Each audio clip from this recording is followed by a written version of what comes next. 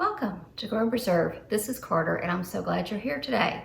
I think we have a fun one today. I have these potatoes. I had bought some store potatoes, in one of those little bags at Publix, and they have started to chip so quickly.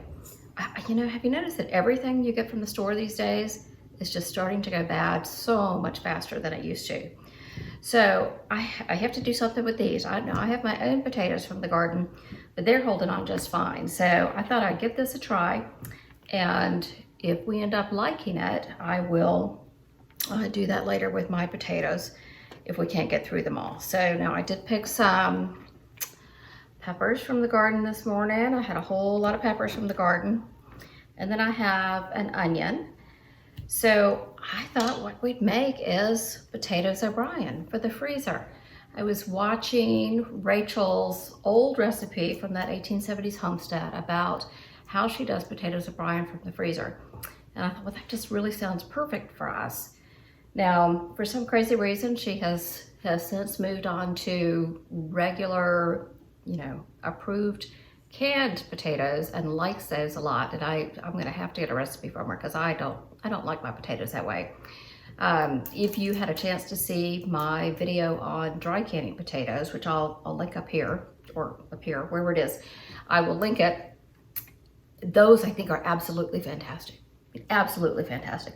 But I have maybe, 12, 15 potatoes, so that's not worth doing a canning session here. So I thought this might be great. So now she uses garlic and seasonings and stuff in hers. I'm not gonna do that because I'm going to season as I use them. So I'm gonna get these chopped up and I'm gonna put them in a bowl, and then we're gonna put them in the bag.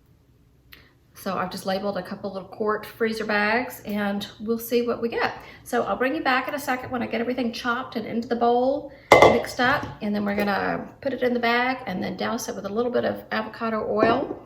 And as she does, she just squishes it all around.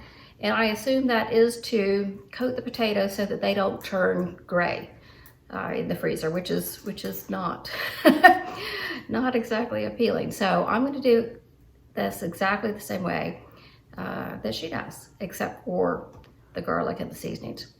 So I'll be right back with you. We're back. I have everything chopped. I don't chop onions on screen because I just cry like a baby when I chop onions. So I'm gonna spare everybody that, and nobody needs to watch me chop a bunch of potatoes either. So let me show you what we have. Probably more onions than would be in a normal potatoes O'Brien, but that's just the way it worked out. So I'm excited. Everything is roughly about the same size, and we're gonna go. So I'm imagining this in the morning for breakfast with eggs. I'm imagining it kind of like maybe for lunch later today with some corned beef, turn it into corned beef hash. So I'm really excited about that. I can also see just throwing it in the oven under, a very high heat, like 450 or so, and roasting it in there and getting them all nice and crispy. Oh, it just sounds good. So I have 4 bags, 3 of them I've already labeled, and we're gonna see how much I get. I'm thinking 2 cups per bag. I've turned the bag inside out, although I haven't put the oil on yet, but just in case, as you know, I can make a mess. So let's put some in here.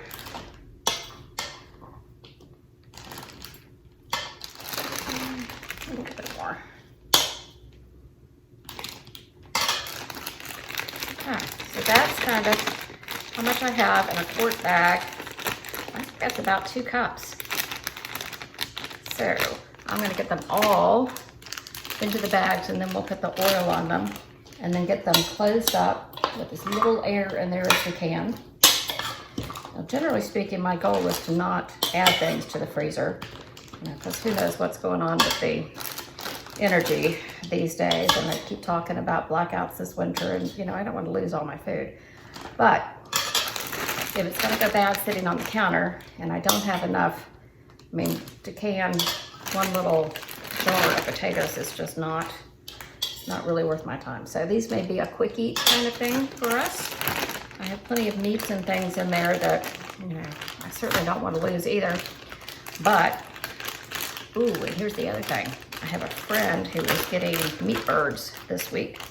So I am looking forward to buying some of those from her after they're processed and nicely wrapped up and don't look like a live chicken anymore. So anyway, I do need to make some room in the freezer for that. So I think that this week, maybe next week, we'll be taking some of the frozen fruit I have in the freezer and turning that into jams and, you know, salsas and jellies. And there's a cherry jalapeno conserve, I think, that, oh my goodness, that sounds really good. So I'm thinking about doing that. I'm gonna need more bags. Okay, I'm gonna go ahead and put the oil in these 3, and then I'll get us some more bags set up. So, remember she said how much oil she used. I think just really enough to coat everything. So, doing maybe a couple of tablespoons, maybe a tablespoon and a half in each of these bags. Now let's seal it up and see what happens. She went ahead and got all of the air out.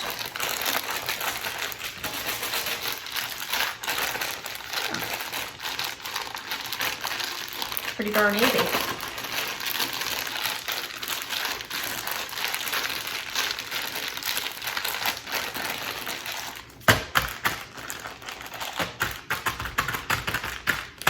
think we're pretty well coated. Let me squeeze some air out and I'll show you.